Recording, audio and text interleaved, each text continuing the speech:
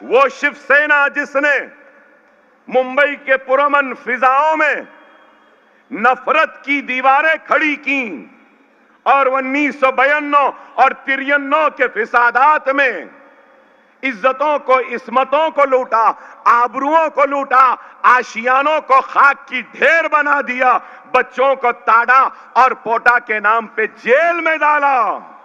900 हिंदुस्तानी, करीब 900 हिंदुस्तानी मरे थे 92 और 93 के फिसादात में। क्या बात गलत है मेरी?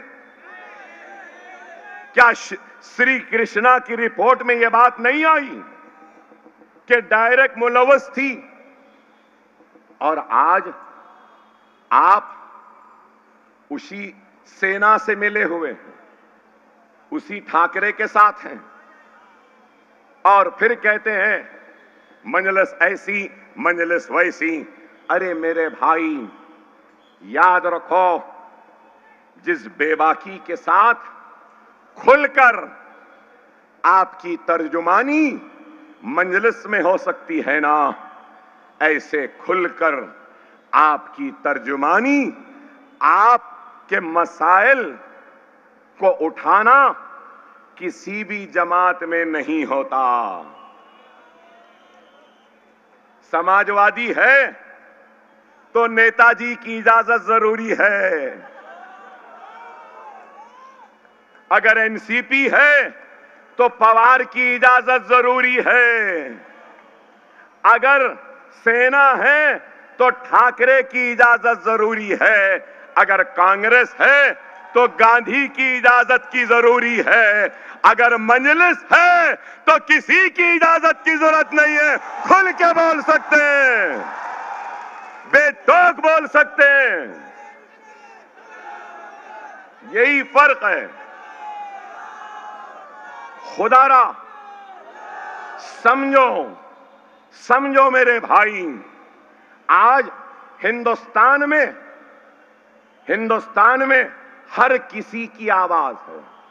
रेड्डी की आवाज है, राव की आवाज है, वेलमा की आवाज है, कापू की आवाज है, कम्मा की आवाज है, लिंगयात की आवाज है, यादवों की आवाज है। यहां पर हर किसी की आवाज है। वीर सावरकर की आवाज है तो गोलवारकर की आइडियोलॉजी और सोच की आवाज है, तो फिर श्यामा प्रसाद मुखर्जी की सोच की आवाज है, तो कार्ल मार्क्स, मार्क्सिज्म और जो कम्युनिस्ट होते हैं उनकी आवाज है। अरे इस सियासी शोरगुल में अगर किसी की आवाज नहीं तो आपकी और मेरी, हमारी आवाज नहीं। जब तक हमारी आवाज नहीं, हमारा इत्तेहाद नहीं, जब तक हमारी मरकजियत नहीं, हमारे नुमाइंदे ऐवानों में नहीं, जब तक हमारे मसाइल पे कोई मुतवज्जो नहीं होता मेरे भाई। आज आप देखो, मैं 6 वक्त का एमएलए हूं, 6 वक्त, मगर आपके सामने खड़े होकर कह रहा हूं, अब मेरी उम्र 52 साल है, 52 है, 70 से पहले मैं भी छोड़ दूंगा भाई। मैं 70 में आया, चलना नहीं आ रहा, ठसके ले रहा हूं, हौले शौले बातें कर रहा हूं, उस नौबत तक नहीं आऊंगा। मैं हट जाऊंगा और एक काबिल, जोशमंद, होशमंद, संजीदा, मिल्लत का दर्द रखने वाले नौजवान को अपने कुर्सी पे बिठाकर मिल्लत की भागोदौड़ उसके हाथ पे देकर जाऊंगा। ये है, ये सोच होनी चाहिए, ये फिक्र होनी चाहिए। हर एक को जाना है, लेकिन जाने से पहले सबसे बड़ी जिम्मेदारी होती है कि महफूज हाथों की तलाश, नेक और इखलास से भरे जज्बे की तलाश, नेक नियती शख्स की तलाश, सबको साथ लेके चलने वाले की तलाश, दरगुजर कर कर चलने वाले की तलाश, गरीब के दर्द को अपना दर्द समझने वाले की तलाश, और गरीबों के लिए जीने व मरने का जज्बा रखने वाले की तलाश, ये रहती है। लेकिन आज इख्तिदार का इतना हवस, इतनी ख्वाहिश कि पैर खबरों में है, उम्र ऐसी जगह पर पहुंच गई कि ना मालूम कि कब अल्लाह से बुलावा आ जाए, लेकिन मरते मरते भी कुर्सी पे बैठना चाहते हैं, मरते मरते भी कुर्सी को छोड़ना नहीं चाहते। मैं वैसा नहीं हूं, मैं वैसा नहीं हूं। हार और जीत अल्लाह के हाथ है। पूरे इखलास से काम करो, मैं अपने उम्मीदवार से कहूंगा, पूरे खुलूस से काम करो, पूरी दियानतदारी से काम करो, पूरी ईमानदारी से काम करो। इन गरीबों के दुख को समझो। लोगों ने इन गरीबों को हसीन ख्वाब दिखाए, हथेली में जन्नत दिखाए। अरे ये लोग आसमान के तारे नहीं चाहते, इस सरजमीन शिवाजी नगर को जन्नत बनाना नहीं चाहते। ये लोग क्या चाहते हैं? इस गंदी बो से छुटकारा, ड्रग्स से छुटकारा, अच्छा पानी, अच्छे स्कूल, अच्छा मदरसा, अच्छे दवाखाने, बच्चों को खेलने कूदने के मौके और तालीम याफ्ता होने के बाद में उनको अच्छी नौकरियां। यही काम करो। मंजलिस हुकूमत से लड़ती है जरूर। अरे ये है ना, ये पूरे, मैं नाम नहीं लूंगा, कांग्रेस में समाजवादी सब हैं, एमएलएस भी हैं। अरे आज तेलंगाना असेंबली में मंजलिस के 7 एमएलएस हैं। हमारा बजट क्या है मालूम आपको? माइनॉरिटीज का 3003 करोड़। मैं जब पहले एमएलए बना, जब 5 करोड़ था, 6 करोड़ था, जब फ्लोर लीडर बना आंध्र प्रदेश असेंबली में, जब तेलंगाना नहीं बना था, आंध्रा टूटा नहीं था, एक था। तो जब 26 करोड़ का माइनॉरिटीज का बजट आया, कितना?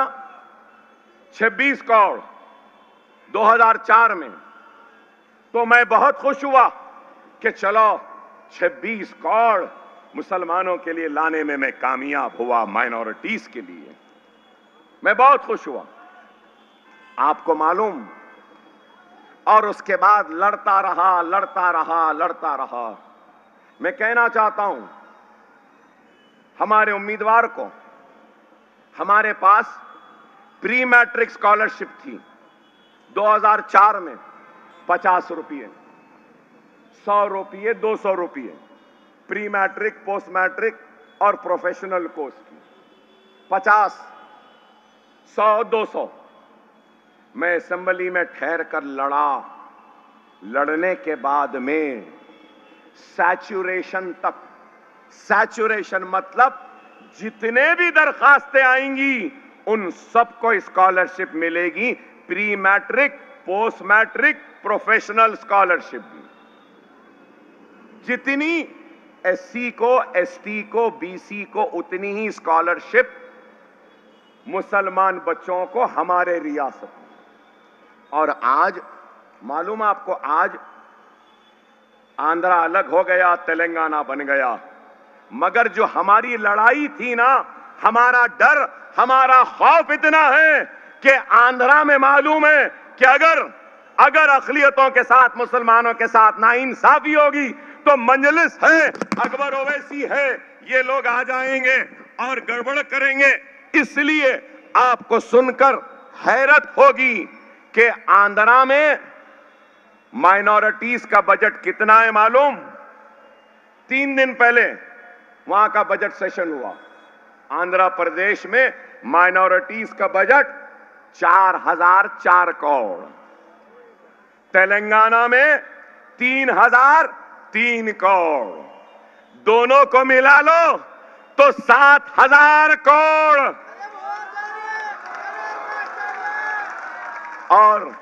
महाराष्ट्र में 1,44,00,000 मुसलमान हैं और यहां का बजट 900 चिल्लर, ऐलान हुआ 300 चिल्लर जारी हुए। तो हमारे 70 बरस के एमएलए साहब क्या कर रहे थे भाई? इतना तजुर्बा है ना। हमारे पास बच्चों को कितनी स्कॉलरशिप मिली मालूम? 10 साल में 28 लाख मुसलमान बच्चों को स्कॉलरशिप मिली है। डॉक्टर बनना है, नीट निकाल लो, काउंसलिंग में चले जाओ, अलॉटमेंट लेटर लेके चले जाओ, हुकूमत फीस भेजती है, 5 बरस तक डॉक्टर बन के निकल जाते हैं। इंजीनियर बनना है तो वही, एमबीए बनना है तो वही, एमसीए बनना है तो वही, सबके लिए है। क्या यहां है? हमारे पास और एक है, मालूम आपको? अगर आप बीकॉम कर लिए, अब आप बीई कर लिए, बैचलर्स ऑफ इंजीनियरिंग, अगर आप मास्टर्स करना चाहते हैं, अमेरिका, यूके, न्यूजीलैंड, ऑस्ट्रेलिया, कहीं पर भी आप एप्लीकेशन डालिए, वहां आपका सिलेक्शन हो गया, अलॉटमेंट का लेटर आ गया, आप वहां का आइल्स और सैट का एग्जाम क्लियर कर लो, अलॉटमेंट लेटर ले लो और आपका 70% 80% है, तो हर साल 200 मुसलमान बच्चों को हमारी तेलंगाना की हुकूमत 20 लाख रुपए देती है। प्लेन का टिकट, हॉस्टल का फीस, जाओ अमेरिका में पढ़ो, लंदन में पढ़ो, ऑस्ट्रेलिया में पढ़ो। 3000 बच्चे अब तक चले गए। क्या यहां पर ऐसा है? कुछ है? तो आज अगर यह तीख आ जाएगा तो अकबरुद्दीन ओवैसी अपनी आगोश में रखकर इसको तरबियत देगा और इसको सिखाएगा कि कैसे अपने हक को हासिल कर सकते हैं। यही है, यही हम चाहते हैं। मेरे भाई, समझो इन बातों को। जबानी जमा खर्च, अभी जैसे मैं माफी चाहता हूं, हमारे भाई जो मुझसे पहले मेरे नाम का ऐलान कर रहे थे, माफ करना मेरे भाई, मैंने आपको कुछ अशार पढ़ने से रोका। क्यों रोका? मैं बोलूं?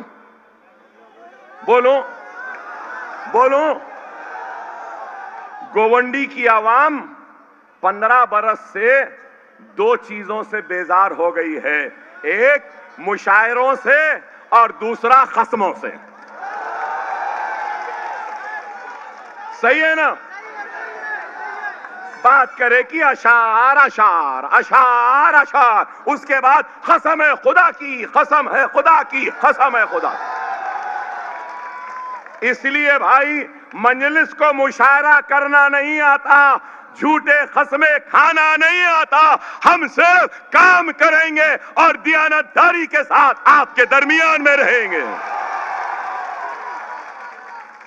इसलिए मैंने नहीं बोला। माफ करना भाई, कुछ ख्याल ना करें। अरे भाई, अपने मसाइल को देखो, खुदा के लिए समझो। आज ये मुल्क कहां जा रहा है, किधर जा रहा है?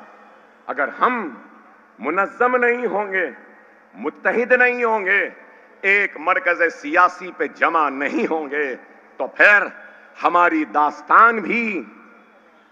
दास्तान भी नहीं रहेगी।